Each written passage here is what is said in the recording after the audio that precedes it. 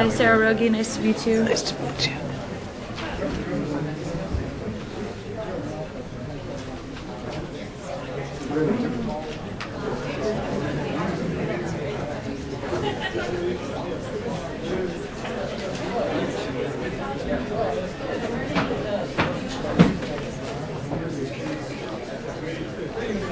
Hello.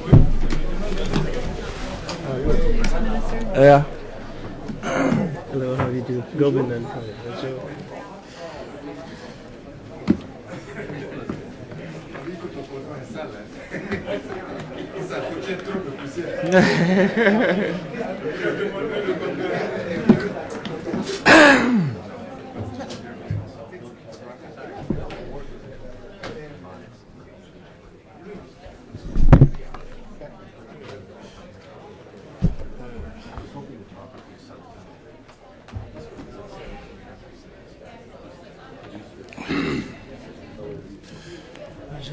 Bonjour.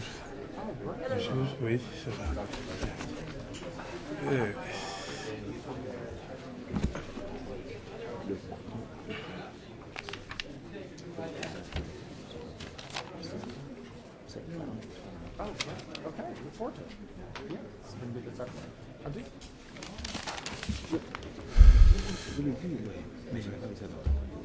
Oui, mais je le vois sur le terrain sale. Oui.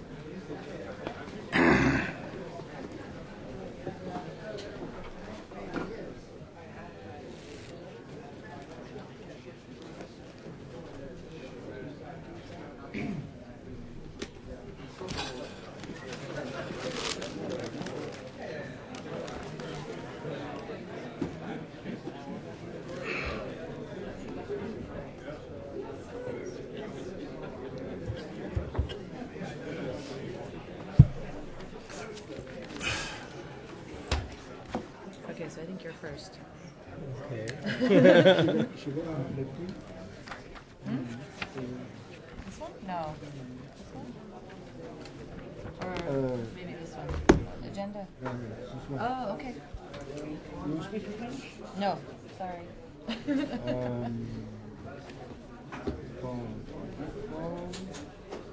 Before being agriculture minister? Okay. You say something? PRSP. Oh, yes, PRSP. Yeah.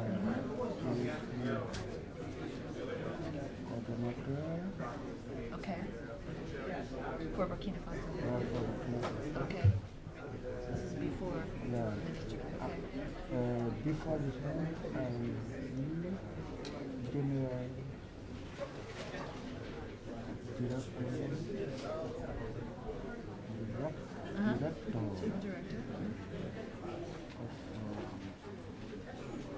You're from Mali. Are you from Mali? Burkina Faso. Burkina. Oui, oui. Burkina Faso. No. Minister of Economic and Finance and Economics. Okay. Great. I will say that. Okay. Thank you. Okay, so ready? Yeah. Okay, I'm just going to say a couple of things and then we'll go right over to you. Sure. Okay?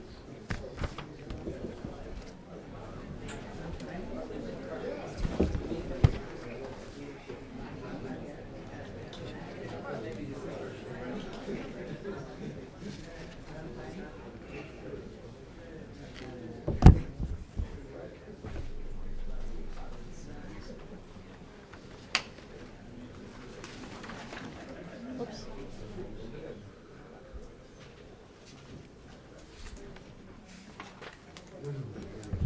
Good afternoon, everyone.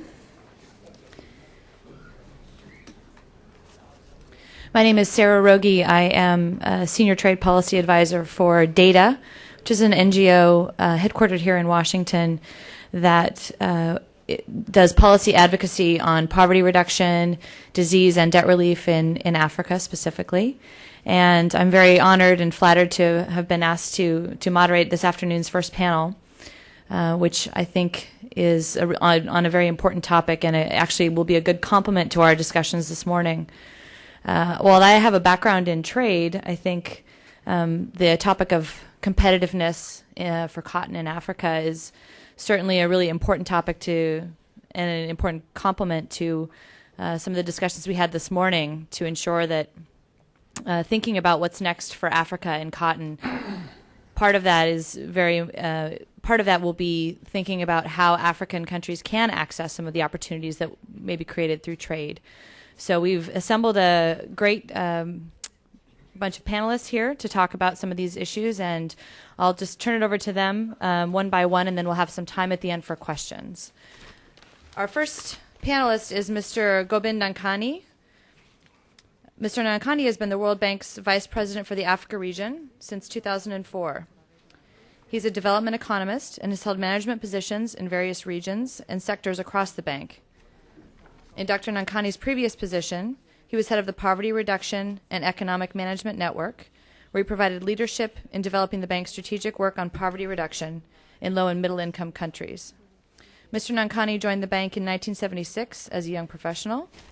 He attended the University of Ghana as an undergraduate and holds a PhD degree in economics from Harvard University. And I think he has a PowerPoint presentation for us. I'll turn it over to Mr. Nankani. Thank you very much, Sarah. Is it okay to go over there?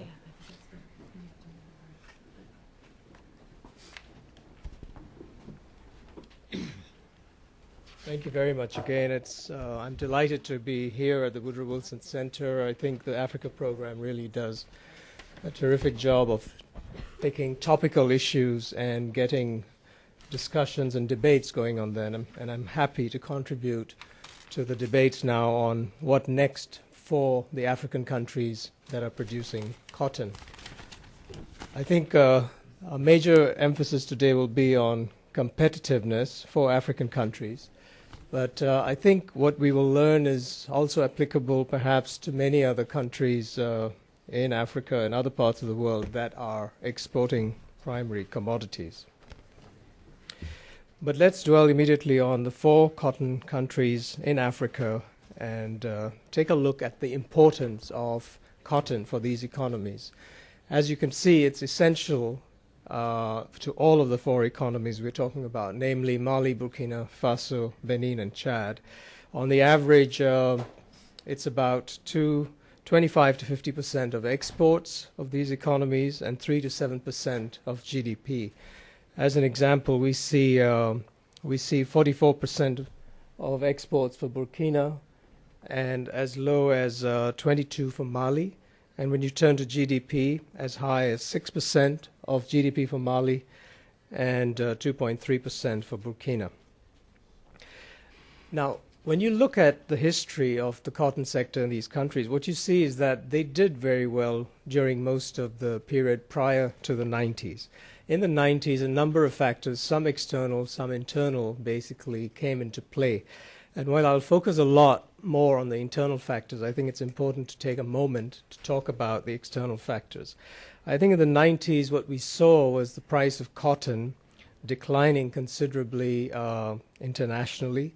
We also saw the emergence of a lot of volatility in cotton prices. But perhaps the most important issue that has attracted public attention was the emergence of subsidies in major developed countries in the cotton sector. And so I want to spend a moment on subsidies, the subsidy issue, and then go on to talk about the 5 factors that primarily challenge African countries on the internal front. Now, what has research said about subsidies and the impact that subsidies in OECD countries have on the world price and on African revenues? I talk about OECD revenues, and I think if you look around, you find that these subsidies are present in many countries, the US, EU, China, and some others. Now, what we did find when you review the work that was done by the WTO in response to the Brazil charge, that shows that U.S. cotton production would decline by 29% if the subsidy were removed in the U.S. U.S. exports would decline by 39%, and world prices could increase by about 15%, 12 to 14%. Other studies, and there have been a number of studies to judge the impact of this on the 4 African cotton exporting countries. The results here are from one of those studies, more conservative, but in any event, it says for each of those countries, for every year, there's an average reduction of $15 million in net earnings and $28 million in export earnings.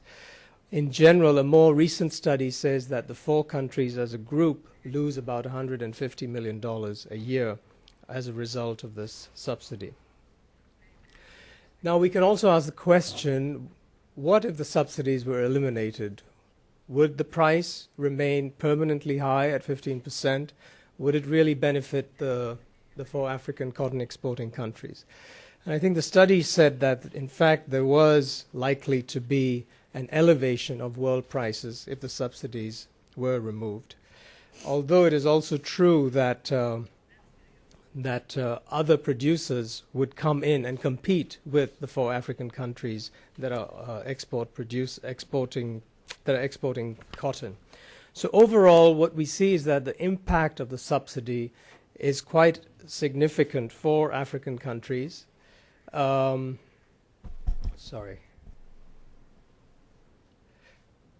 Is quite significant. There's a 15% factor on prices, and I think this would the price of cotton would remain somewhat permanently higher if the subsidies were removed, but African countries would still need to compete. In any event, while there is a lot of activity in relation to reducing these subsidies, one estimate is that about a third of the impact may already have been dealt with by some of the discussions and policies in the U.S. The truth of the matter is the countries in Africa still need to do a lot more on the internal side in order to remain competitive with a world price that hovers around 50 to 55 cents a pound, and that is volatile, and that may in fact have a declining trend over time. So I want to turn now to some of the underlying challenges that African countries face internally. But let me take a moment and talk about what's happening currently on the ground, if you like. What we see is that in the last 2 seasons, we've had mounting deficits in the 4 countries in question. Production has not been extremely encouraging. If we look at the next slide, we find that after the difficult 2004-2005 season, initial estimates for 2005-2006 show production having fallen by 15%. Producer prices fell by an average of 18%. Although the deficits declined, they still remained at a relatively high number of 68 million for the 4 countries in 2006. Now in 2006 and 2007, the planting estimates show that production is rising again, despite stagnant yields. But we're not sure what will be happening on the deficit front. So on the ground, we see considerable challenges in all the countries in relation to production levels, prices, yields. So let's look again more systematically at what are the challenges that each of the countries faces internally. I think there are 4 main challenges, and I'll talk about a 5th before we move on to next steps. The first of these, of course, is the reform program, the slow reform of ginning parastatals particularly. The second challenge is that of stagnating yields. We also have the challenge of poorly developed input markets, and we also need to look at the issue of price risk management, particularly for ginners and for producers. And as I said, I'll talk about a 5th, the whole question of how can countries, in fact, move up the value chain in cotton over time. So let's take these in sequence, starting with the reform issue. Now, I think the 90s saw a lot of reform efforts in all 4 countries, led particularly by the reform efforts in Burkina Faso, and next by Benin, and some movements in those directions by both Mali and to some extent Chad. And the emerging consensus is that there really isn't a single model that works. I think in Burkina, the emphasis was on reforming and setting up companies that were geographically based. In Benin, the companies that were set up were more functionally based, depending on function, and the degree of private participation varied across the countries. It's quite clear that we need, in every case, to look at the specific circumstances of the country before designing a reform program. What is also clear is that where there are publicly owned ginneries, I think it's very important, because of the growing threat of deficits, that governments insist on audits and also set benchmarks for performance. In all of the countries, producer associations have a very important role to play, and I think they need as much support as possible. And later on, I'll talk about how we in the World Bank are trying to support these associations. And finally, on the reform front, I think it's particularly important to look at the seed and oil and soap industries to ensure that farmers get the benefits from their production. So on the reform front, the main lesson we should take away really is that while some countries, particularly Burkina Faso, did extremely well on the reform front, there is no recipe. Each country has to develop its reform approach. And even in Burkina today, I think the reform process continues to face challenges. And as I said earlier, it's true that the subsidies internationally do pose an important constraint on many of these countries, but the internal issues remain quite critical. So let's turn now to the second broad challenge, and that's that of yields. And what you see here, using data from Burkina, is that while production has been rising, that's the blue line, yields have been pretty much stagnant, the yellow line, over the period 1980 to 2004. And clearly, with yields increasing in competing countries, Burkina and other countries in West Africa, Central Africa, cannot sit back. Over the last, and we find that yields are also stagnant, more or less, for Mali, Benin, and Chad. Now, what are some of the steps that African producers might take to increase yields, and drawing on the lessons of experience from other countries? Four things come to our attention here. First, to update fertilizer formulas. I think the use of fertilizer is important, but updating the formulas is key. Secondly, more integrated management of soil fertility. Third, seed varieties need to be improved considerably, and in particular, the whole issue of whether or not to use genetically modified cotton as a solution for stagnating yields. To date, only one of the four countries is doing that. That's Burkina Faso, and I'll talk in a moment about that. But many of the competitors to African cotton producers, Brazil, China, and others, are using genetically modified varieties, as indeed, of course, is the US. Fourth, how much scope is there for using irrigation as a way of increasing yields? I talked briefly about Burkina's experimentation in the area of genetically modified seeds, and I think we now have evidence from field trials in Bobo Dioulasso which suggest that, and this is a result from IFPRI, that Burkina Faso can capture some $9 to $10 million in present value by assuming a 30% adoption rate. Clearly, there is scope for looking at this. We would highlight, though, that technology fee negotiations will impact the cost of seeds and therefore need to be conducted with as much support as possible. A third factor we identified was the whole question of input markets. And I think the whole issue of input price setting, procurement, and distribution needs attention in all four countries. As we can see, traditionally, ginning companies have procured the inputs, and now producer associations are also involved. And we see from the experience in Burkina that producer organizations can learn a lot in a very quick time frame. In other countries, much more needs to be done to support such organizations. And the fourth issue we identified was the whole question of price stabilization for producers and ginners. If you look at this, which is a graph based on data from Mali, the yellow line, which is the producer price, is very stable, whereas the price received by ginners is the other line is the A index, which is the cotton price index, shows a lot of volatility. And what has been happening is that producers' prices have been relatively stable but somewhat low. Ginners' prices have depended on the international market. And when prices fall, ginners count on the government through fiscal transfers to meet some of the difficulties that they face. And clearly these pricing mechanisms need to be looked at carefully because they have a major impact on producer incentives. The fifth issue I wanted to talk briefly about is on the whole question of the value chain, and I think this is an issue that is true for all exporters of primary commodities, not just cotton. It could be cocoa, it could be coffee, and so on. And I think it's important to stress that we need first to have the four countries do as much as they can to improve their yields and to improve the quality of cotton that is being grown, to improve ginning costs. But it is also true that every step of the value chain makes a big difference to earnings. And if you look at this, which is the cotton chain value addition chain, you see that it can be the value added for lint is something like 50%.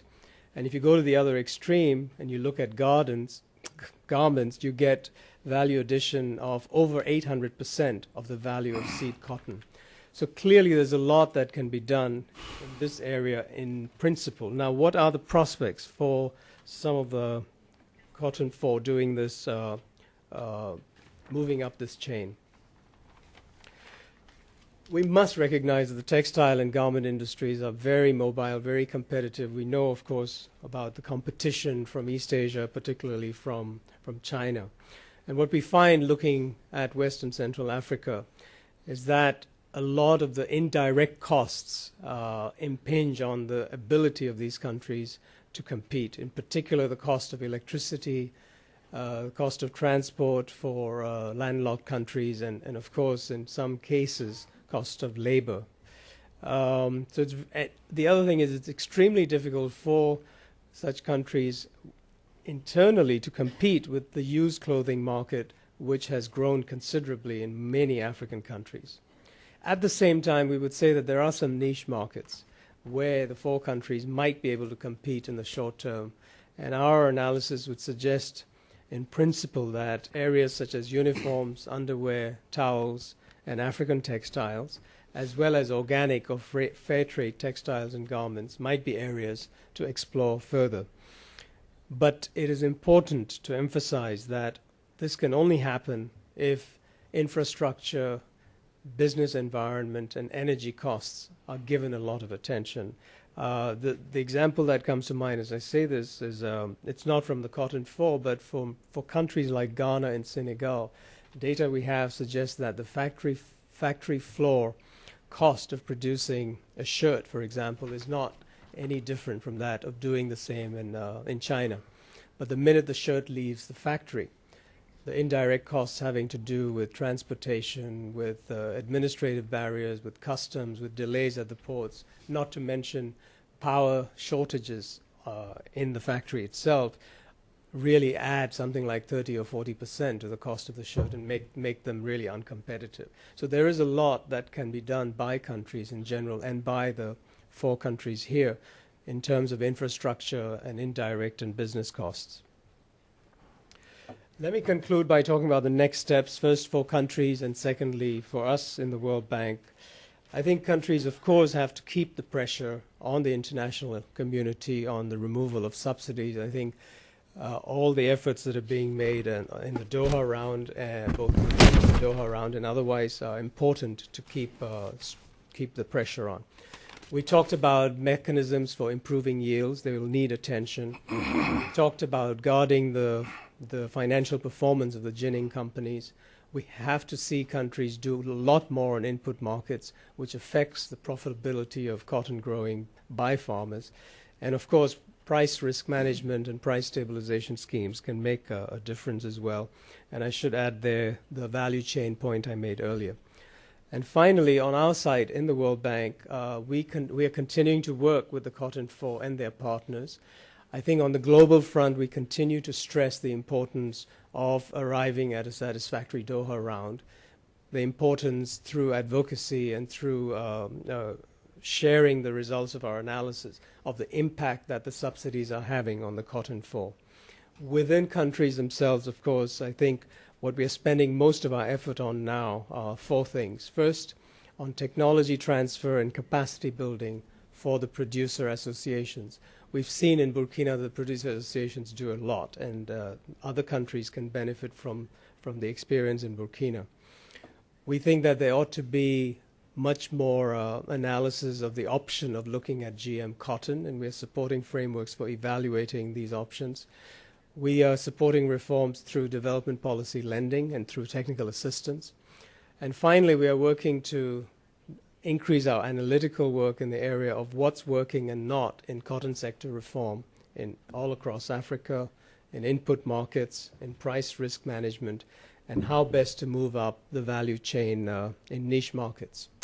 So that's where we are. I think to conclude, I would say the prospects based on the reforms of the 90s in some countries look promising, but there's a lot that needs to be done, some on the external front, a lot on the internal front, for the African cotton to benefit even more from their comparative advantage in cotton production.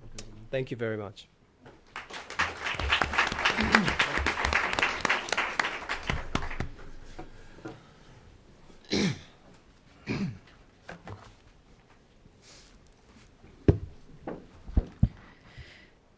Thank you, Dr. Nankani. Now we have an opportunity to hear a little bit more firsthand about some of the things that Dr. Nankani talked about in his presentation in Burkina Faso. I'd like to introduce next His Excellency Bonadaba Dabire, who is currently the Minister of Agriculture in Burkina Faso. Prior to becoming Minister of Agriculture, Mr. Dabire was the coordinator for the PRSP program in Burkina Faso, and prior to that was the Director General of Economy and Planning. So we look forward to hearing your comments.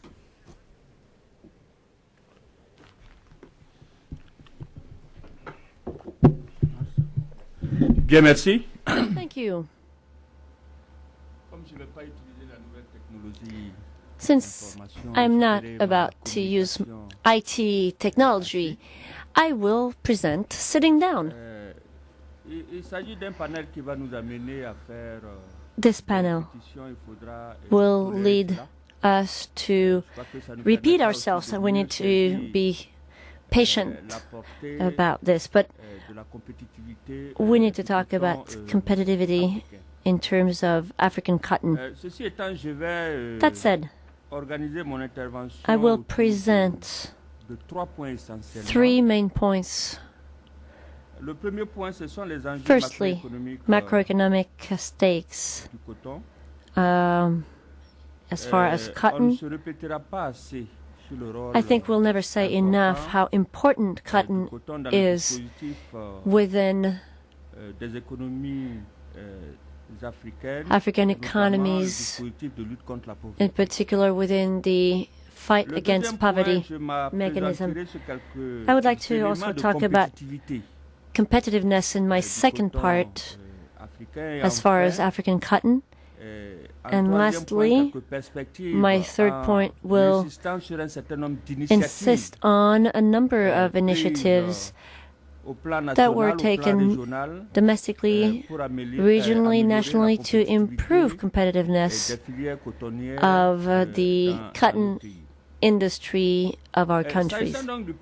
As far as the first point, it has been said that cotton has played a crucial role in West African countries and Central African countries. Cotton production amounts to, as Mr. Nankani said earlier, between 6 and 10% of the GDP, up to 25% in Burkina Faso, when you take into account the externalities that come into account in the GDP. If you take into account the externalities, cotton amounts to 25% of the Burkina Faso GDP. Cotton plays a crucial role in trade balance of these countries. It indeed amounts to 60 to 70% of export income, agricultural income. cotton plays an important role in the mechanism in place to fight poverty. In most African countries, and in particular the 4 countries that are part of the sectoral initiative on cotton, you'll see that cotton holds a good rank in the sectors that reduce poverty. Let's talk about Burkina Faso. In terms of the mechanisms to fight poverty and create jobs and generate incomes, cotton plays a determining factor within those goals.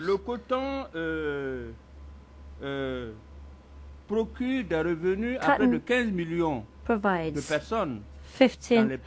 a livelihood to 15 million people in those C4 countries. In Burkina Faso, cotton provides a livelihood to 3.5 million people. Cotton provides jobs to 35% of young people. Therefore, cotton contributes highly to the reduction of poverty. Cotton also contributes to food security. I think it's important to note that because it is clear that cotton regions are also the regions where grain production has a surplus. The cotton regions in Burkina Faso have a surplus in grain. Therefore, this is why we say that cotton plays a crucial role in food security in our countries. As far as cotton competitiveness in Africa, we need to say that African countries have good climate conditions to grow cotton. Cotton production in West Africa and in Central Africa is rising. It was multiplied by 4 in the past 20 years. In the case of Burkina Faso, cotton quadrupled in 10 years. During the 93-94 season, we had 200,000 tons of cotton. But during the season 2005-2006, we reached 615,000 tons. This means that cotton production tripled in the past 10 years in Burkina Faso. Mr. Nankani said it earlier, yields stagnate. In Burkina Faso, those rates are about 900 kilos per hectare. According to some statistics, we hear of 1,100 kilos per hectare. So even though the statistics don't agree, we can say that those yields are relatively low and are approximately 900 kilos per hectare. The World Bank Vice President said it earlier, we need to improve those yields in the cotton-producing regions, because indeed it's been 20 years since we haven't changed those productivity rates in cotton.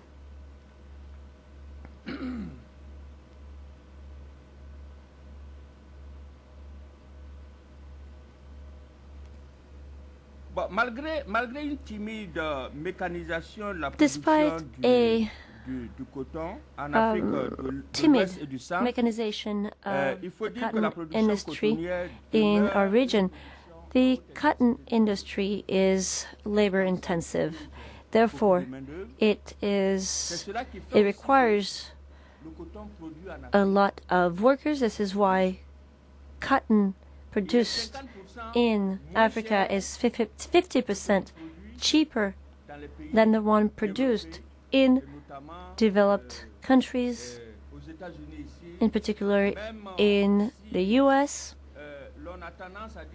Even if we have a tendency to say that the cotton, African cotton, is not clean enough, I think that this negative image cannot be accepted, because the cotton that comes from Africa meets quality standards. In other words, the producers will not allow dirty cotton to leave their country. Therefore, this cotton that is exported out of Africa is good quality cotton. I need to insist on that. Earlier, the president of the African Union in cotton production said it. I think that this question has to be debated again. As far as ginning, I think it has been demonstrated that when you look at performance rates, out of 1 ton of seed cotton, length amounts to 45 to 50%. Compared to what is done in other countries, it has been proved that African cotton is a quality cotton.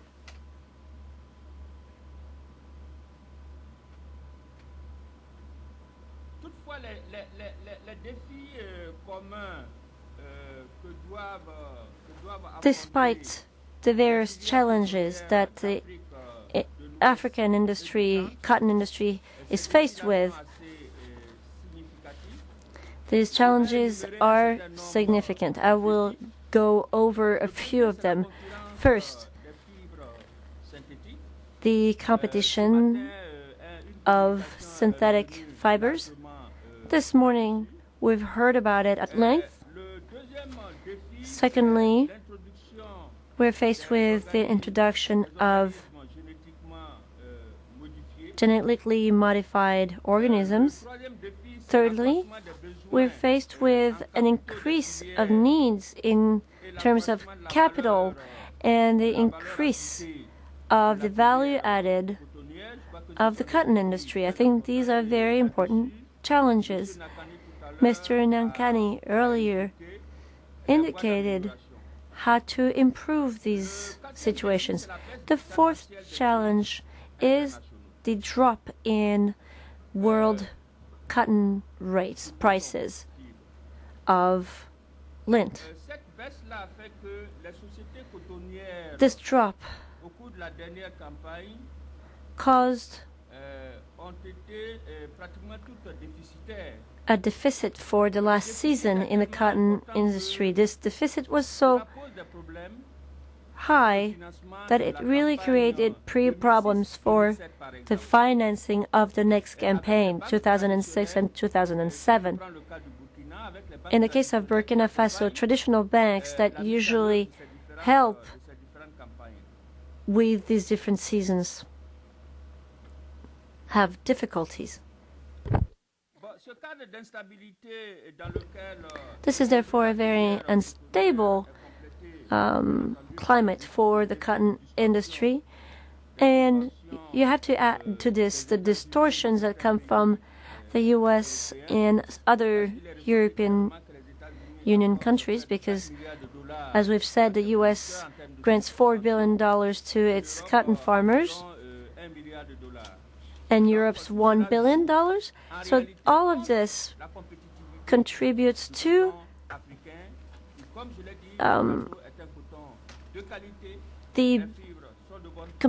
the less of a competitive environment for African cotton. In order to face these concerns, various initiatives were put in place by African countries, whether Western or Central African countries. This initiative, nationally, takes place within the framework of the reform of the cotton industry.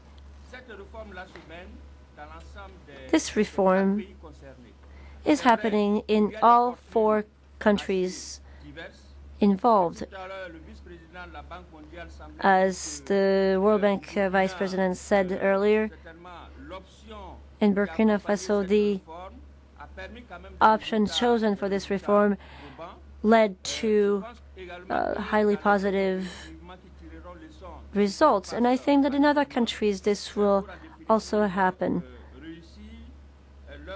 The reforms have been successful up to now. In Burkina Faso, our reform consisted in the following.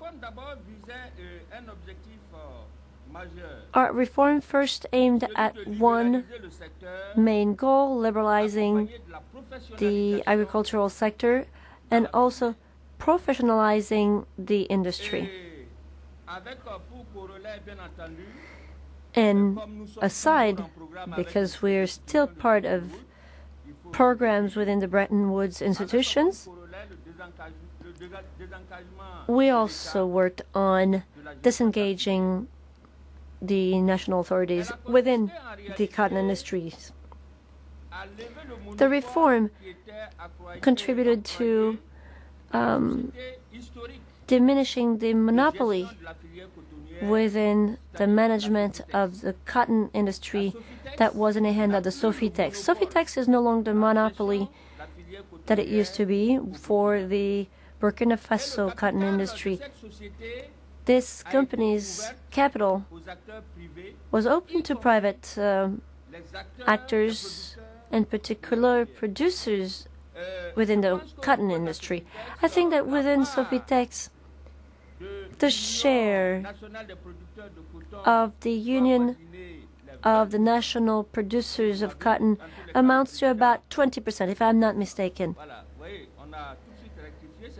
No, 30% is the number that is held by these stakeholders within the Sofitex. 2 more companies were created in the cotton industry, Faso Coton, but also Fadon Gourmand Sotoma. The National Union of Cotton Producers participated to also held a share of these 2 companies. In Faso Coton, this number amounts to 8%, and in Socoma, 20%, if I'm not mistaken. Therefore, what it means is that as far as liberalizing the cotton industry, we got rid of the monopoly that was in the hand of Sofitex. We reorganized the production areas. Therefore, Sofitex is now in charge of 20 provinces, Saforo Coton of 6 provinces, and Socoma of about 10 provinces. Therefore, 36 provinces are covered by these 3 companies that are players in the cotton industry. It has to be added as far as supplies and inputs. These cotton companies are responsible for providing the inputs to the farmers. Since the National Union of Cotton Growers are part of these companies and involved, they make sure that these inputs are provided correctly to the farmers.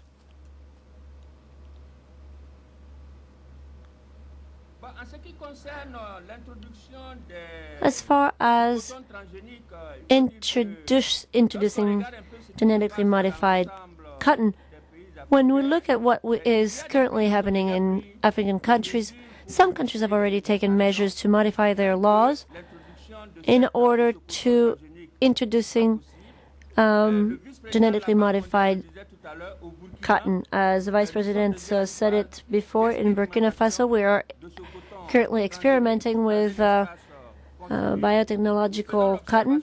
We are observing the impact of the transgenic cotton on the environment. Up to now, the figures show that, economically speaking, this cotton should allow the producers to make savings when it comes down to treating cotton. It comes down to 36,000 francs per hectare. I think it's important to really carry out these savings. On the phytosanitary front, we realized that 4 out of 6 parasites that regularly attack cotton are no longer a problem with biotechnological cotton. We're not currently expanding this type of cotton currently, but we are seeing that with the experimentations, we have made the right choice. We will now continue to see whether transgenic cotton can improve the quality of our cotton. I think that we will indeed do further with genetically modified cotton. Regionally, I will go through a certain number of initiatives in Africa and in West Africa in particular. The first one is a regional program set up on better managing the cotton industry in Africa and improving its competitiveness on the international market. This initiative is being supported by multilateral partners such as the African Bank for Development. The second initiative that I would like to mention in the UMOA would be the initiative to really better manage the processing chain, and that would amount to 25% of the cotton production with this by 2010. We produce cotton, but a small part of the cotton is processed on the spot. So besides ginning, very little cotton is part of a value-added chain. We would like to add value to this cotton domestically. This is why this initiative within the UMOA is aiming at adding value within its members. Of course, the last initiative that I will not mention much is this sectoral cotton initiative that we have started with Benin, Burkina Faso, Chad, and Mali in order to reduce and eliminate subsidies in rich countries. Developed African countries are the first to feel the impact of those subsidies. If the cotton industry was more fair and equitable, African cotton producers would be able to really be self-sufficient in terms of schooling of their children, health needs, basic needs, in other words. Thank you.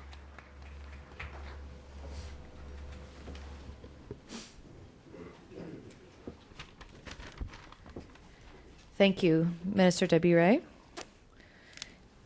Going to continue hearing from people, Africans who have some on-the-ground experience with the cotton sector. Our next speaker is Mr. Francois Traoré, who is the president of the National Cotton Producers Union in Burkina Faso and the African Cotton Producers Association.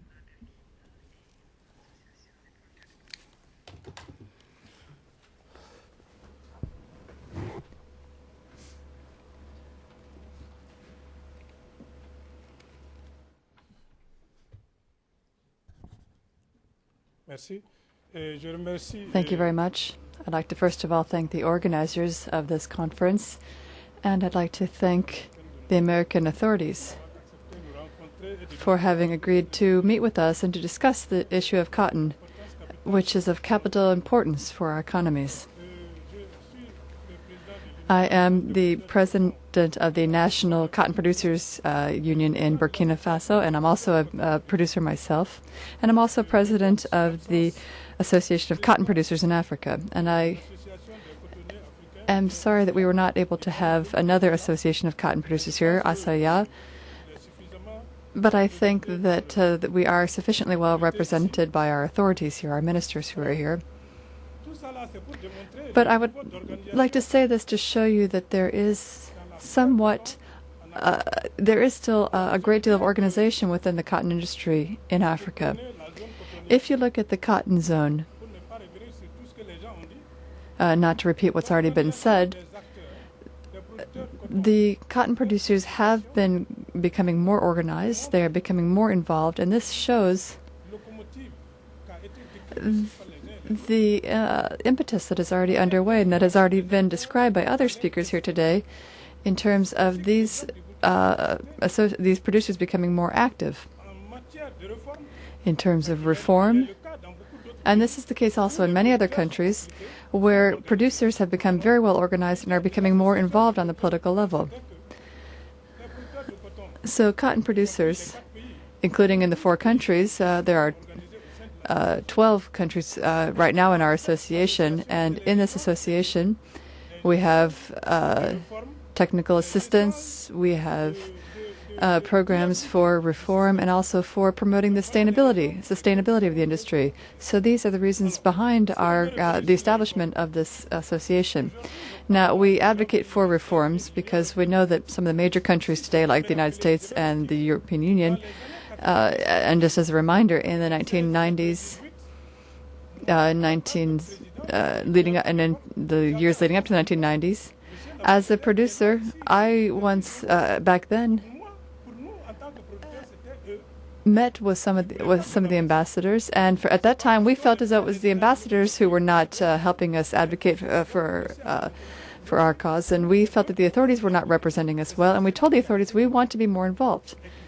And this message was well understood, and that's why in Burkina we were among the first to be active in our country, and we were among the first producers to have an active association. And that is why we are fighting for our cause today. But this did not start simply because we don't like the United States, but we even began this amongst ourselves, and I think this is the case in many of the countries. In Mali, for example, recently the producers went on strike. So I think that this shows that the producer associations are becoming very strong, and the authorities have understood this. And some NGOs have told us that, are you not being heard by the authorities? And we're saying that no, we are. We are the ones who are placing demands on the government, and the government should take into account what we want to happen. That's what the reality is. So with respect to reform, many things have been undertaken, but yet there is still much to be done. I would say that in Burkina Faso, in the cotton sector, we have demonstrated that we have a certain degree of organization, which has now become an example for other industries as well. And here we've talked about liberalization of opening markets, but with this level of organization in the cotton industry, if even with this, the cotton industry is still not able to find its place in this liberalization, just look at the example of another industry in Africa. If we can't make it with the cotton already being as well organized as we are, what other industry is going to make it in Africa? Not even to talk about oil. There are many people know the problems that are being caused by the oil industry in Africa, and this is to the detriment of everybody. So if the way I see it is, even if cotton can't make its way in this new open marketplace, in this international trade system, in this Doha negotiating round, if cotton can't make it, then I don't think Africa is going to make it. I think we're going to fall further and further into poverty. The example of cotton shows us what needs to be done and what can be done. In cotton, for example, the producers have organized. We have raised issues that have been heard by the authorities. All the African negotiators are in agreement on these questions, and yet we still have no solutions. So how are we to understand this? I'm going to stop with that, and now I'm going to speak a little bit about quality. In this organization, as you know, a producer who is morally balanced and aware and focused on ethics knows that what he produces needs to be a quality product. This is also something that is part of our organization and part of the issue of sustainability is also an issue that we work on. We are aware that we need to continue to make more efforts, and we are making efforts in these areas. But there are statistics that have been cited here that are not necessarily appropriate, contrary to what contrary to some of the figures that have been cited. The statistics are much higher. I was in Dallas visiting an American producer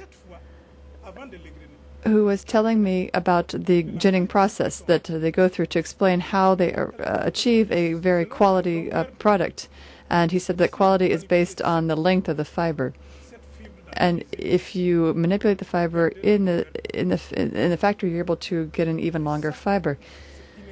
And that is unheard of. It's after ginning. Then he said that after the ginning process, there are two more processes that it passes through. So American cotton comes out white, but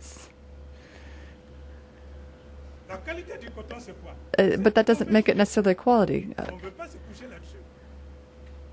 What does make for a quality of cotton? Obviously, the fibers are important, but very often we're said that our packaging material is also problematic. But I brought with me one of the tools that we use for packaging. And this is even something that we don't even no longer use, and yet I see that it's still in use here sometimes. I sell it. So I think that in terms of the quality of cotton, the standard that we need to adopt, the cotton standard, is something that's fabricated here in the United States based on the specificity of their cotton. That's what makes the reality. If not, otherwise, if you really want to talk about quality of cotton, I would say that a trader in Dallas, when he told me your cotton is better, and we can only make jeans out of American cotton because the fiber is not the same. And the reason I buy American cotton is because of the length of the fibers, and perhaps that's something that is not something we want to talk about, but I feel I need to say it.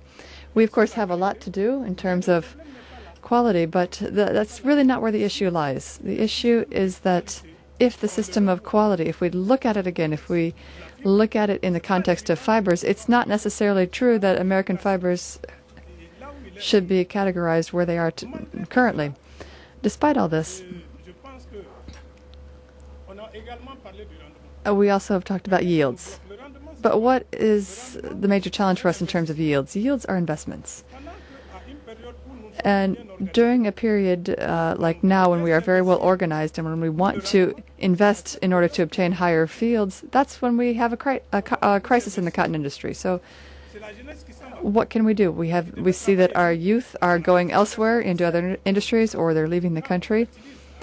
When we fertilize with organic fertilizers, then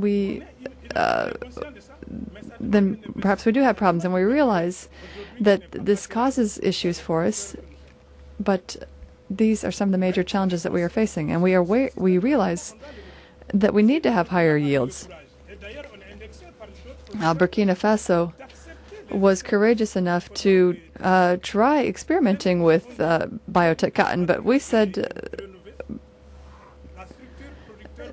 that the structure of typical producers in our countries, we've said that it's not good to have a typical structure for production for people who are only going to produce cotton. As the minister is saying, more than 600 million tons, but we have also a pretty high level of grain production as well. So this means that as producers, in terms of yield, we realize that we need to have higher yields, but that perhaps this was not the best time in order to make these investments that we needed. We realized we needed to increase the estimate, but we aren't able to make the investments in higher yields. In terms of negotiations, in the current stage of negotiations, I think that what has fallen through the cracks again in terms of commitment to the Doha Round is that we did not expect poor countries to make a proposal. I think that's what it is, simply said. Nobody expected the poor countries to make a proposal. Otherwise, why would these commitments have been made? With a proposal from poor countries. Yesterday I was watching the television and I saw a program about somebody who made $250,000 a year. 200 million rather per year. And we're only asking for 200 million per year for these poor countries. The power of the United States shows that this is not a problem. This is not a problem. This is not a huge sum for the United States. We've asked our ministers to initiate. Well, it's not like we're asking them to set off the atomic bomb. If they did, then maybe they would start listening to us.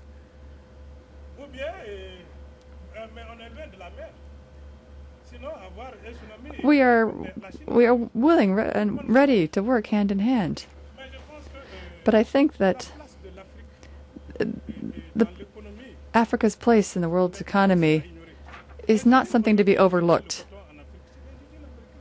When you look at cotton in Africa, you see American factories, and it's not because the Americans have something to lose in cotton that they wouldn't have their place. Now we see American cars in Burkina Faso. They've got a market there. What's going to happen if we can no longer make cotton? Cotton is the only thing that brings money into Burkina. We couldn't buy your products. We'd no longer be able to buy American cars.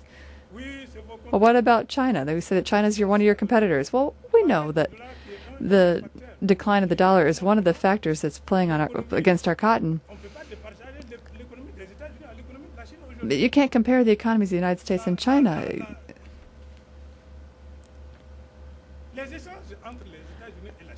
Exchanges between trade between the United States and China or the European Union, where factories are going abroad to set up in China, the complicity between these countries, we can't get into this.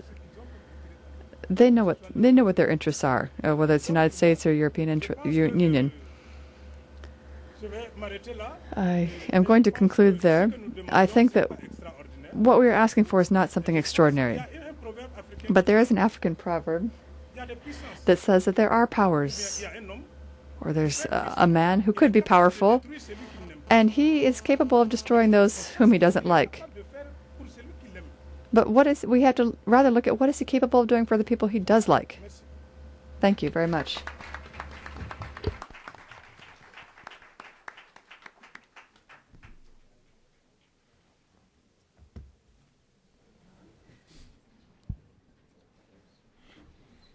Thank you very much, Mr. Traore.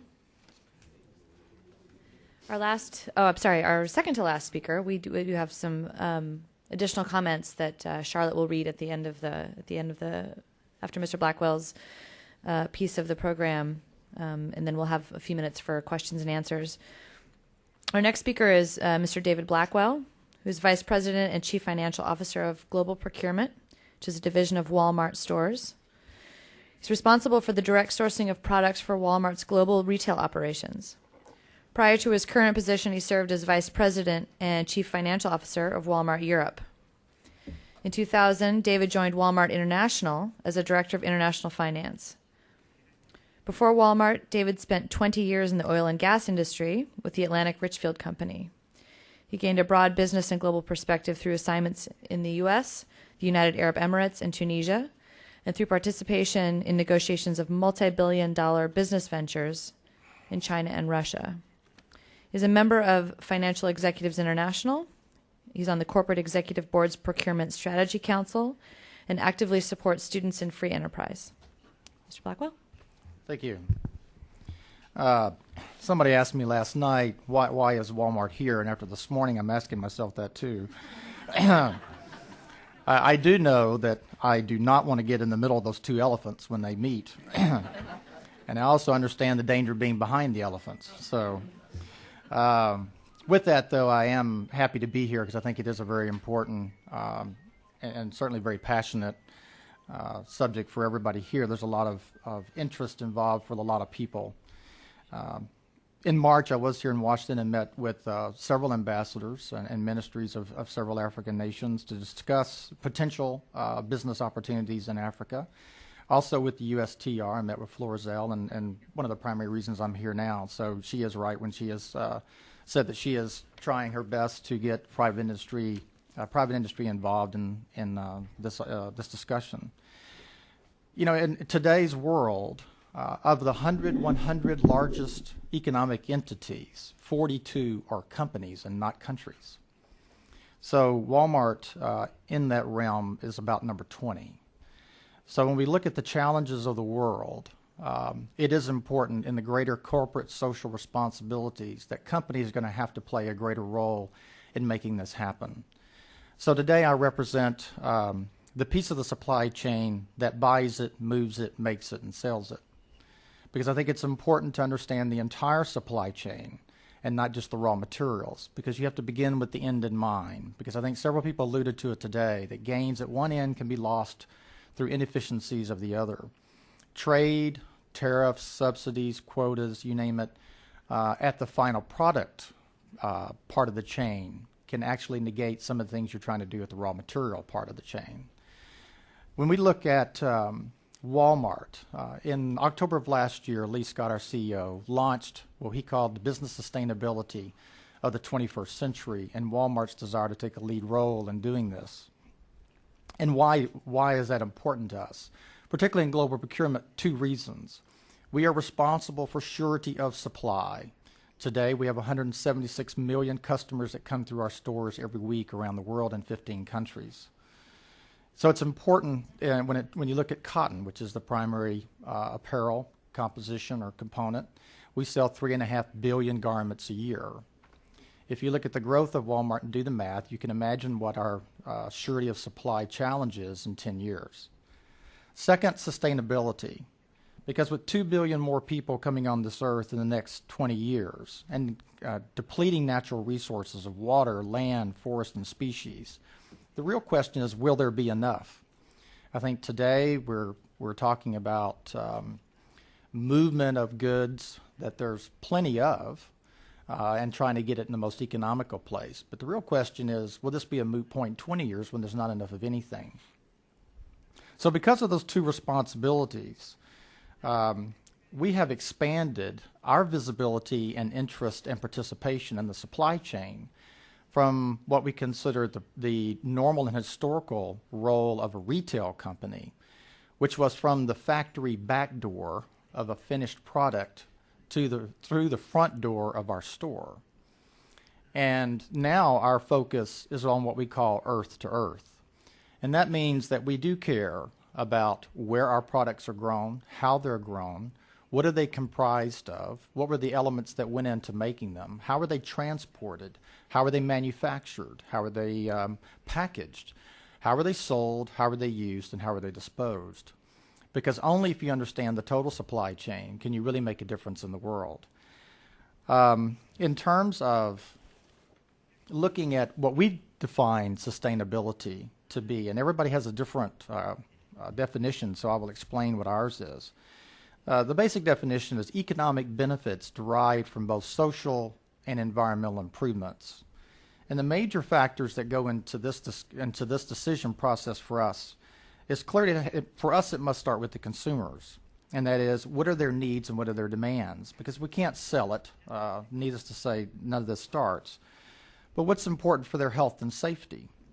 Can it be affordable for the demand?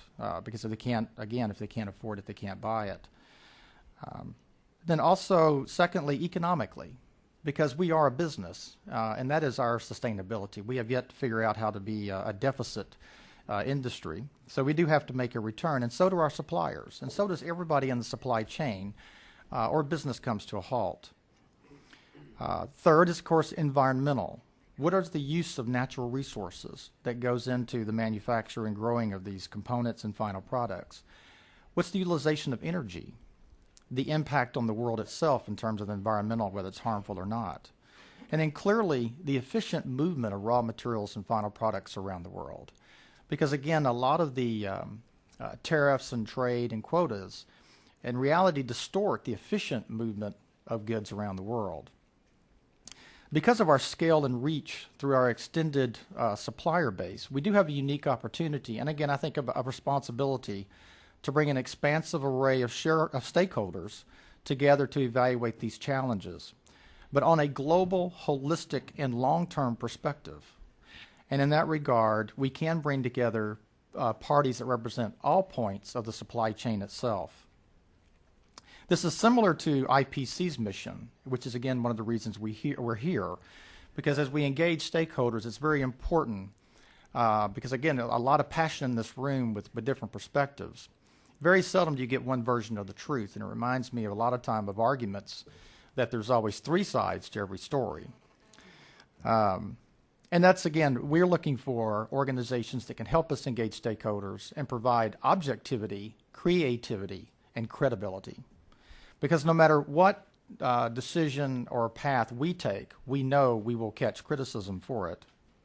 So as I step back and look at a global company and in charge of the strategic planning and direction of my division for global procurement to meet the needs and surety of supply for my corporation, I have to look at it through a completely different lens. And through the 17 years that I've been flying around the globe, I have yet to be able to find the lines on the map that represent countries. What I do see is areas of the world that are green and areas that are brown. What I don't see is lakes and rivers that I used to see. What I do see is I see a lot of pollution. I see the desert within 25 miles of Beijing. I see rivers that are so polluted they're unable to sustain human life or species of fish. 500 years after Columbus, we've now found out that he actually was wrong. The world is still flat and not round. The pace of technology is changing everything so fast, and even in this discussion today about raw materials, it cannot be ignored.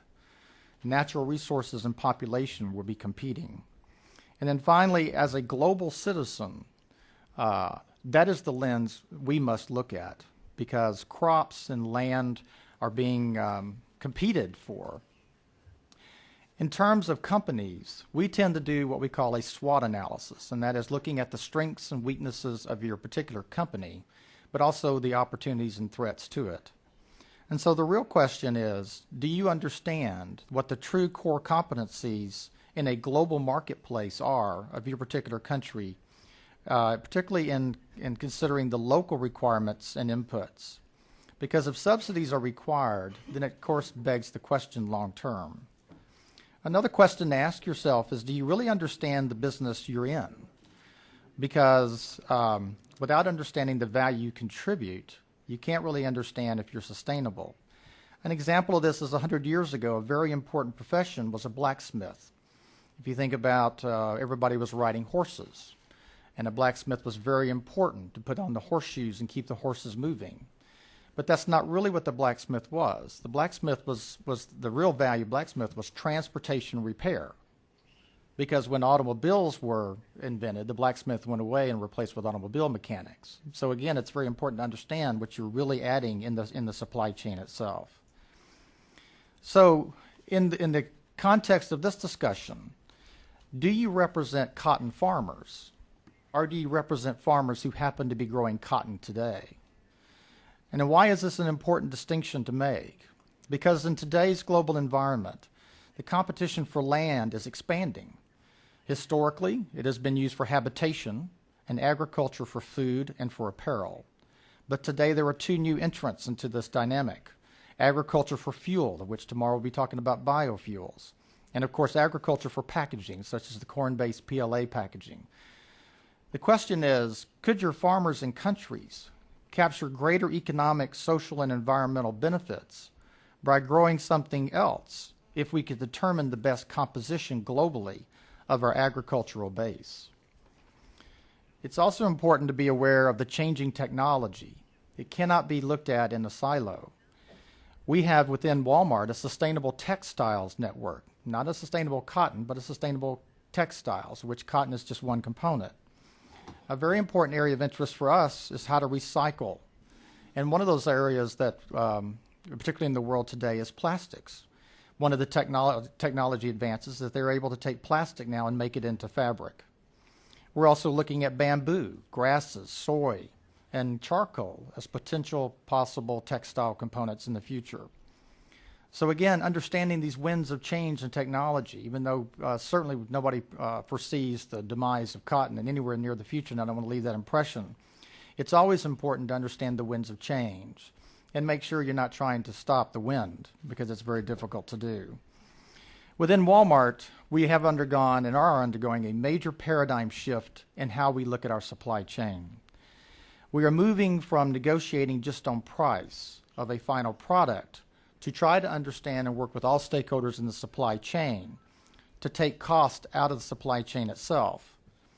And a new metric for our organization clearly is to identify the cost savings and try to apply some of those savings back into the supply chain, back to the farmer, back to the suppliers, in addition to passing on some of the savings to our consumers. One of the, of course, great challenges of this is how do you ensure that actually happens? We have been doing this in the recent past. Can you address, again, the raw material challenge without fully understanding the total supply chain? We recently had an Earth-to-Earth conference in Bentonville where we brought together all stakeholders involved, including government organizations, NGOs, academia, farmers, industrial agencies, all kinds of different stakeholders within it. What we found is that everybody seems to be focused on just one component, whether it's the farm, the factory, or post-consumer care. Very few people, if any, understood the true earth-to-earth impacts of what they were doing, whether it be economic or environmental. And this is very important because as we look at these different alternatives, that will be the kind of decision process we go through. Of course, one of the great learnings is that Walmart initially started out with organic cotton. But that represents way less than 1% of the cotton in the world. The greatest gains that we can have on sustainability is improving the sustainable agriculture and manufacturing practices of cotton.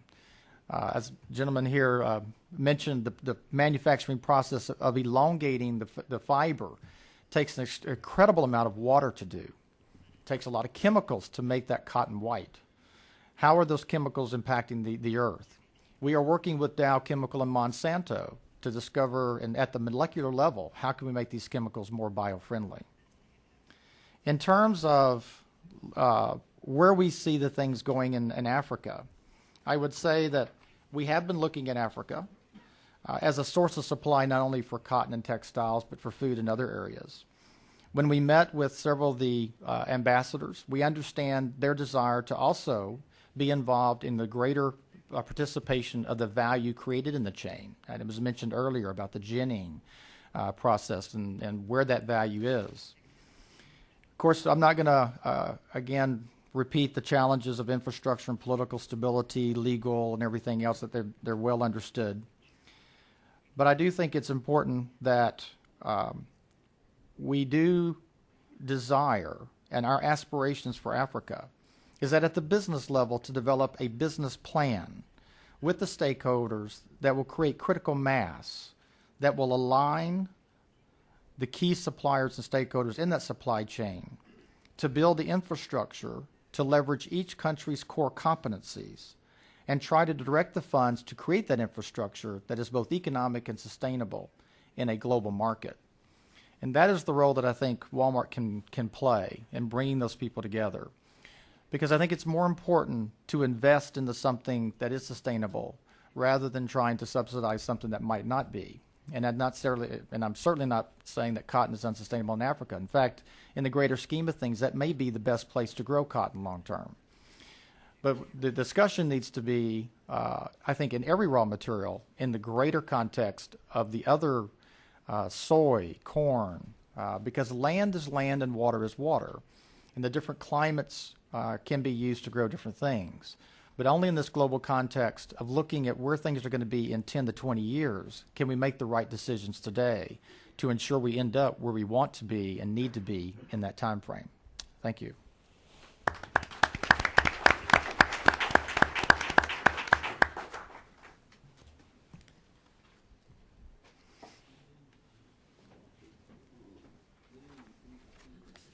Thank you very much. Charlotte's going to read some other comments from a South African cotton producer.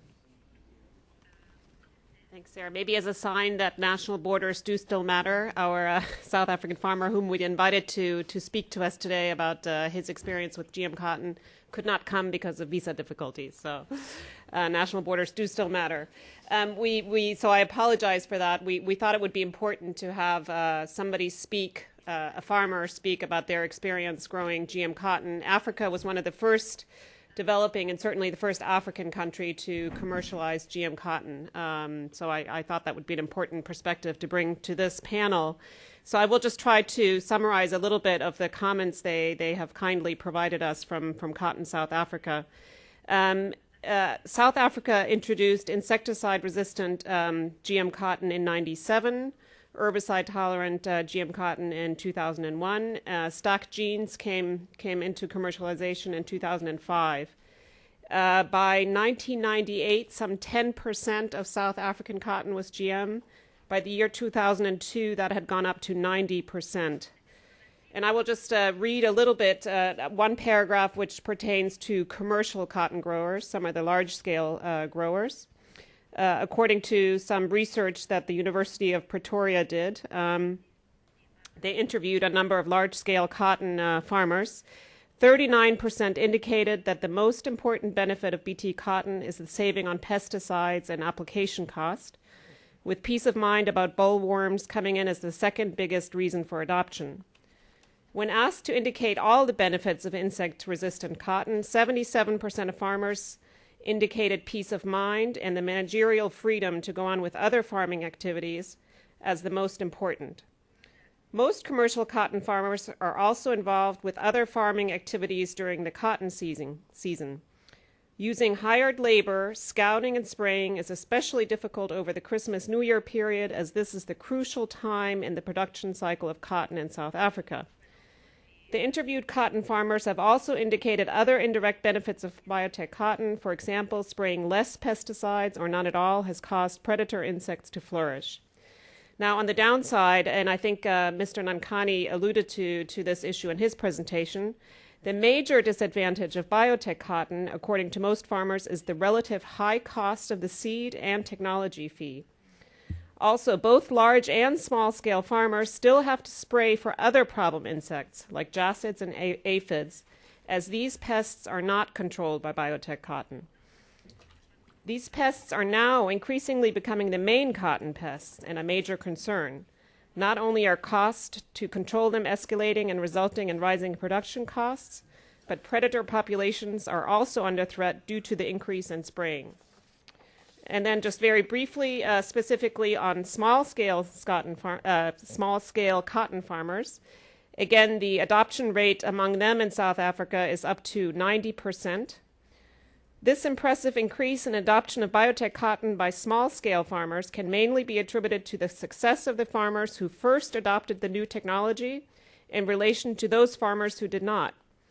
For small-scale farmers adopting the new technology, the most important benefit of biotech cotton was the pesticide saving. In rural areas where infrastructure, transport, and services are almost non-existent, managing pest infestation in crops is a major problem. Pesticide application implies huge difficulties for small-scale cotton farmers. With a low level of education amongst small-scale farmers, the mixing of pesticides and calibration of knapsack sprayers are problematic. Applying pesticides is also very much a labor-intensive action for small-scale farmers. Walking with a knapsack sprayer on his back, a farmer has to cover a distance of between 10 and 20 kilometers per hectare, taking almost a day to complete the task. Water is often a scarce commodity and has to be fetched from communal water points. By the time a farmer has noticed bollworms, bought his pesticides, and started to spray, severe damage has already been done. Thanks very much.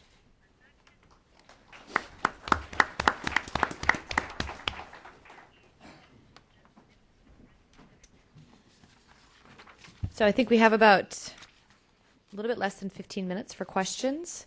I think there are microphones. Are there microphones? And so if you can just move to one of the microphones or someone will pass one to you, and then please identify yourself when you start your question. Start here.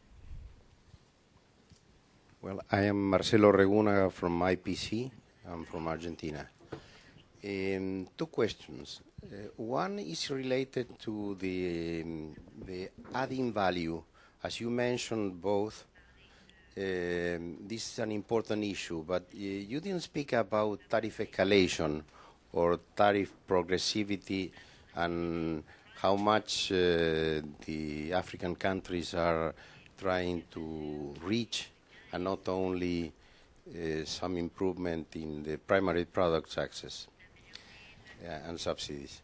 Second is, I didn't hear too much from the minister looking at competitiveness, not only in genetics. I definitely support, and when I was secretary, I approved the GM cotton in my country, and I think only the GM innovation is not enough if you don't have a global package. Could you comment more on that?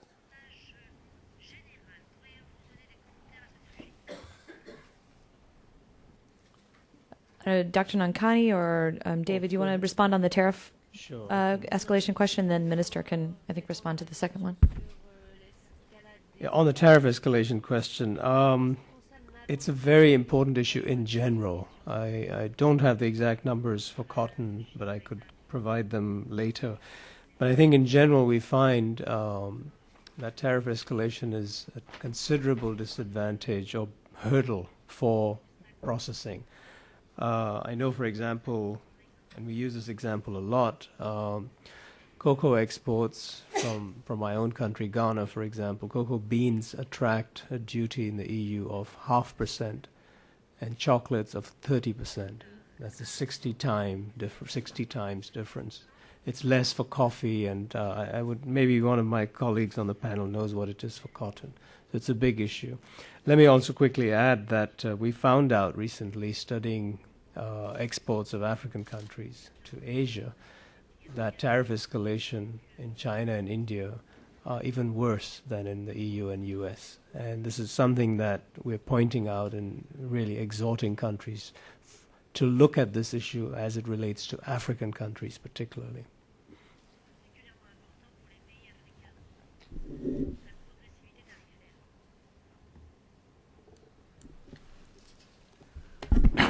Bien entendu, les innovations transgéniques. Of course, biotechnology innovations are not enough. This is what we cannot isolate. Experimentation on biotechnology, cotton, from the rest of the industry. I think that we need to look at a more general overall framework in order to get the best benefits. I think we need to put things in perspective in an integrated, holistic manner instead of separating the biotechnological advantage from the rest of the cotton industry. I think they go together.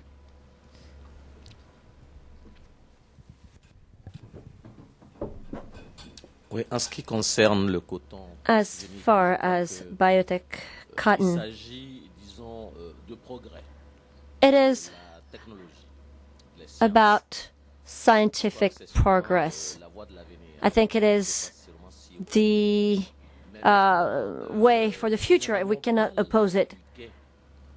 En ce qui concerne le As far as costs of pesticides, no one disons, du prix, talks about the cost of seeds to see if we take into account the cost of seeds and the gains in terms of pesticides. Are there really eventually gains? I think we need to look at this. And we need to also balance the problem of dependency, because we would like to master the technology. If we master this technology, it would be a good thing for us. However, every year we would become dependent. We would have to buy seeds that are not ours and whose price can rise at any point. As soon as they will know, it will be known that we don't have the traditional seeds. This will raise a very important political questions. We want to master the technology. Give it to us, and I think we will be happy to use it. Thank you. Mr. Traore or Je Minister? voudrais compléter l'intervention. I would like to add to Ambassadeur. what the ambassador just said. C'est dommage que le conférencier sud-africain ne soit pas. It is unfortunate that our South African colleague is not here, because I would have asked him a question of a comparative study on biotech cotton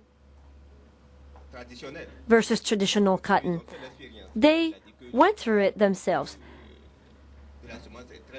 They said that the cost of the seed is very high, but we do not have precise data. I think it would be very interesting to get in touch with him to get more precise information.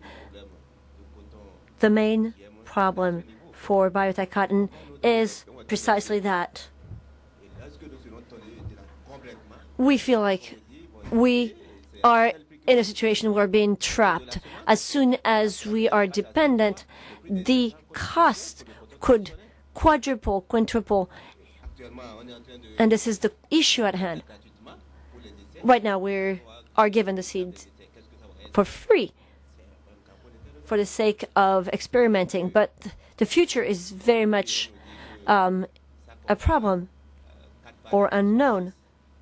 We talked about 4 parasites out of 6 that are eliminated, but soon we'll talk about how these parasites are getting used to the GMOs, and this will cost more. Therefore, we will add to the input costs. We've talked about chemicals and such. Who really produces those? Who sells those to African countries? It's always the same way. And this will lead to maybe wars between companies that produce the fertilizers, the chemicals, and insecticides, or complex fertilizers.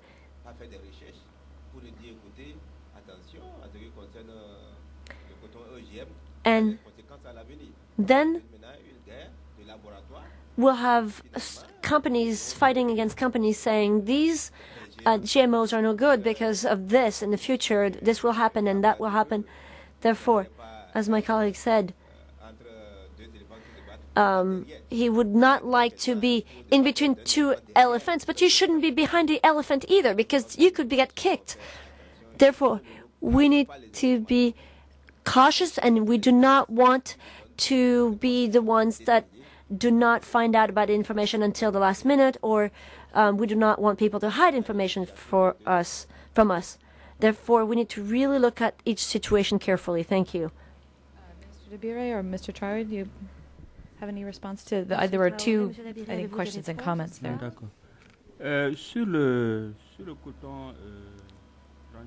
As far as biotech cotton, in Burkina Faso, we're still in the phase of experimentation.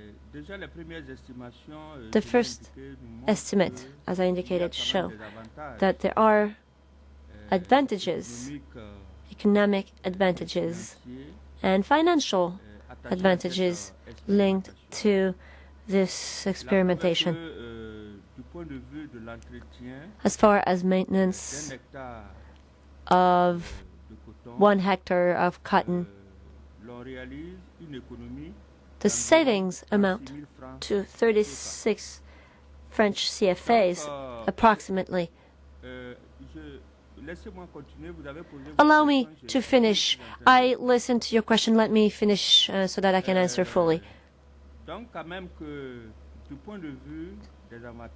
So as far as advantages, there are considerable advantages that we are able to measure already. We are, as I said, still observing this experimentation. We're not producing this biotech cotton as it is done in South Africa. It seems that 96% of farmers already use biotech cotton. These farmers are also rational. They need to manage their farms and their practices in a rational way. If there is no profit, you wouldn't see 90% of those cotton farmers using biotech cotton in South Africa. It is true that we haven't carried out a study, a comparative study on those seeds. We're still in the phase of experimentation. The labs that are helping us have done us a favor by giving us the seeds. Therefore, I cannot carry out a comparative analysis on the seeds. There is a profit, for sure. But at any rate,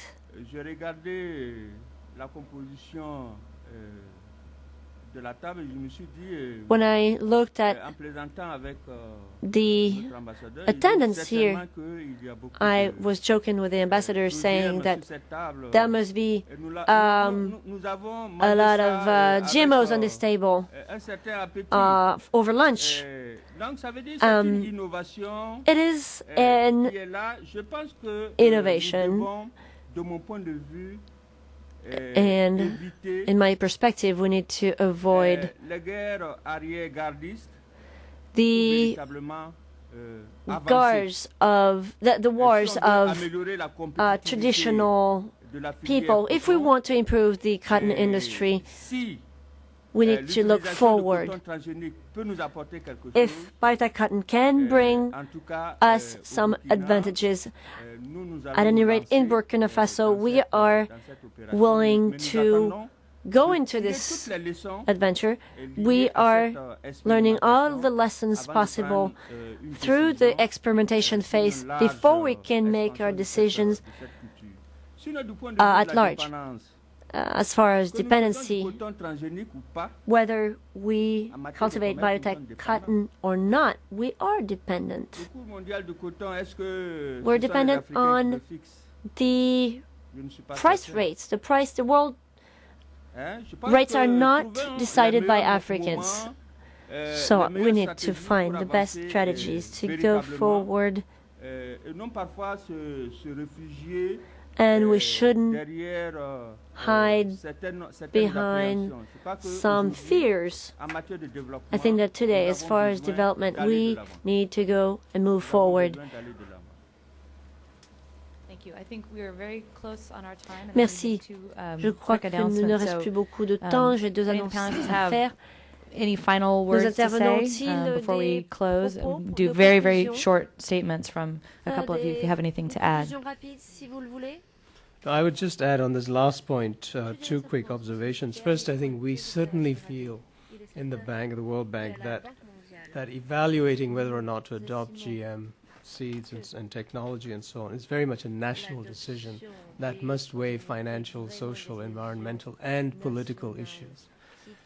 And we certainly see ourselves supporting countries in establishing the right framework to make that decision themselves.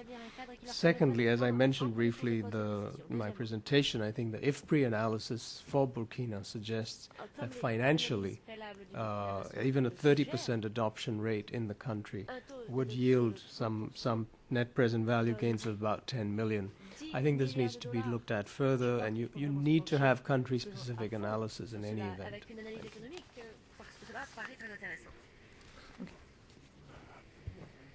Oui, moi je pense que c'est deux choses carrément différentes. I think that we're talking about two different things. We need to make a distinction in Burkina Faso between biotechnology, cotton, and the negotiations. We were here looking for a way to fight against parasites.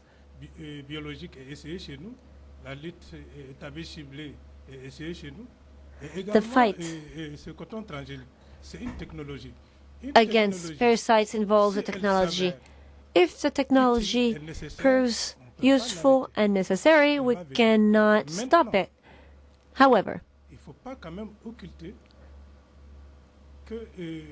we cannot put aside the fact that in African countries like ours,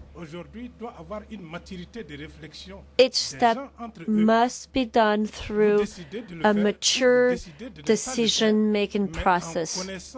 We need to make the decision with the right data.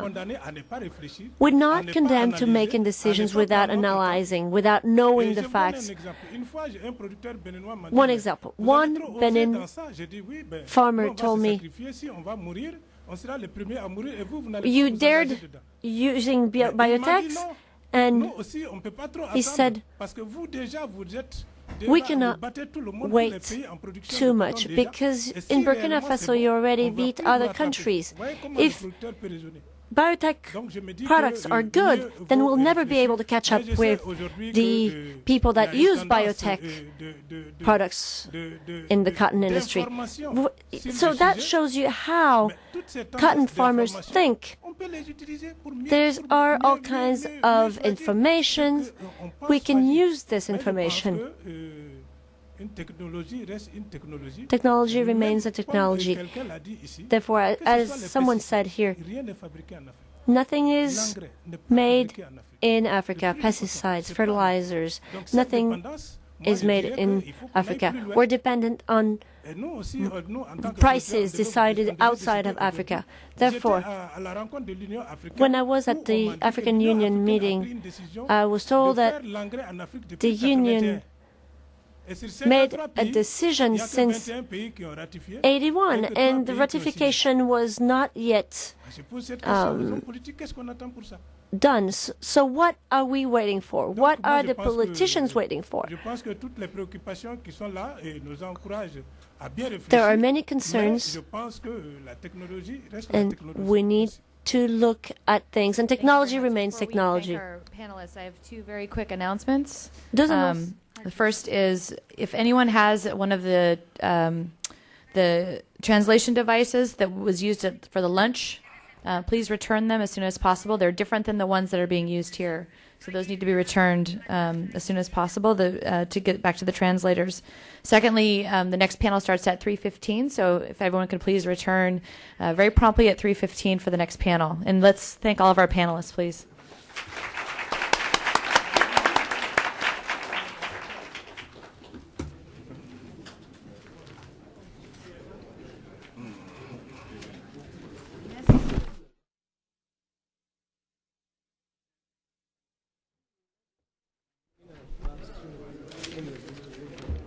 Je ne comprends pas. Je comprends. Nous avons... Hein?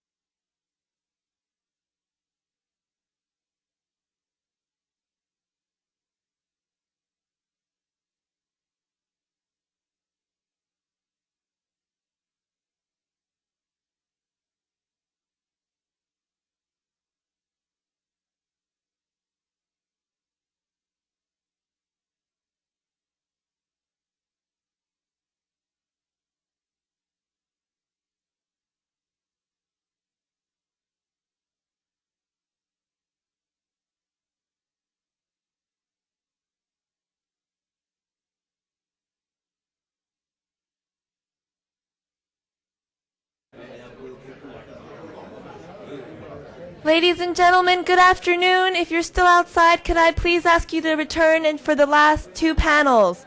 We have 7 panelists on this one, so we have a lot of time, so we should start. we should get started. Ambassador Zongo is asking you all to return. Thank you very much. Thank you, Ambassador. Yeah, thank you.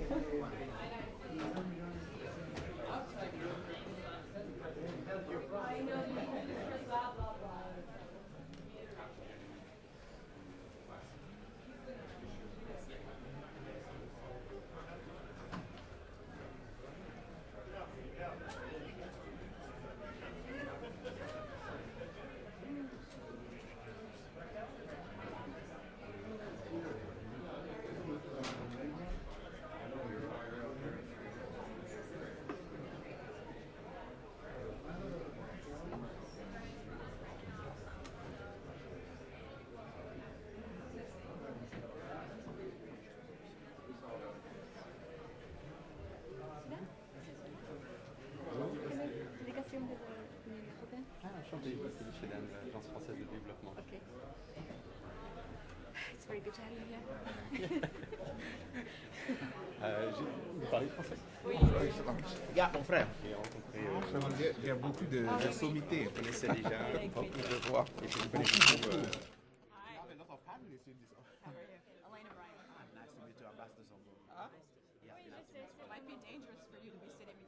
No, it's okay.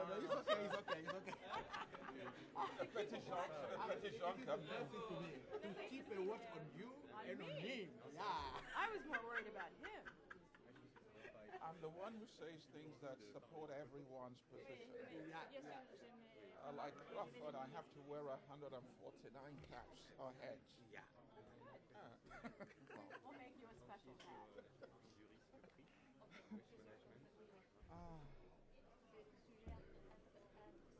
Oui, c'est concret quoi. Non, c'est un peu technique et un peu fatigant quoi. Sujet. Je ne vais pas rentrer dans les détails.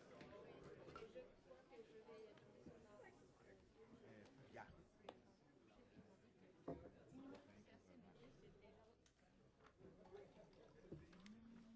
I think we need to have them in this pan this year. We don't have.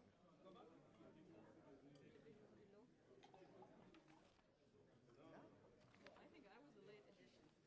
Okay. I learned it. Only yesterday afternoon. I came in on the red eye from California. Philippe, ça va? And I took a nap. Ça fait longtemps. J'ai lu ce matin que tu vas donner UNPCV pas mal d'argent. C'est OK. Ouais. C'est bien ça. Ouais, tu veux de l'eau? Oui, merci. Écoute, on essaie d'avancer. Hein. Bon. C'est fantastique. Mais Sam, as I told you, you have your name here. Viens nous joindre. What are you going to do? Hein? Parce qu'il m'a dit que tu es... Non, mais peut-être que... Ah, non, c'est l'autre. Tu cumules les deux postes. No, I think it's in the concluding panel. The concluding panel. The concluding panel. Oui, c'est l'autre. Non, vous avez... Oh, tu as raison. Donc, on enlève ton nom. Oh, okay. World Bank, yeah.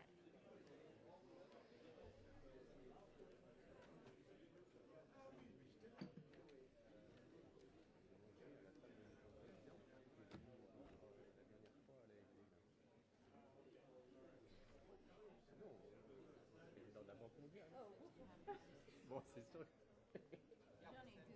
Oui, non, non. Il est venu nous rendre visite là et bon. C'est intéressant.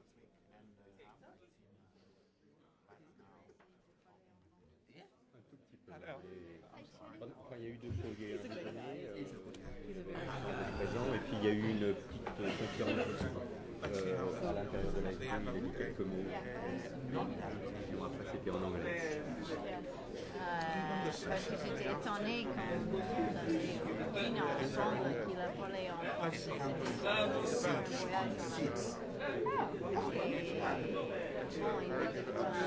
Pas très à l'aise, mais Mais il a essayé. c'est bien, c'est bien.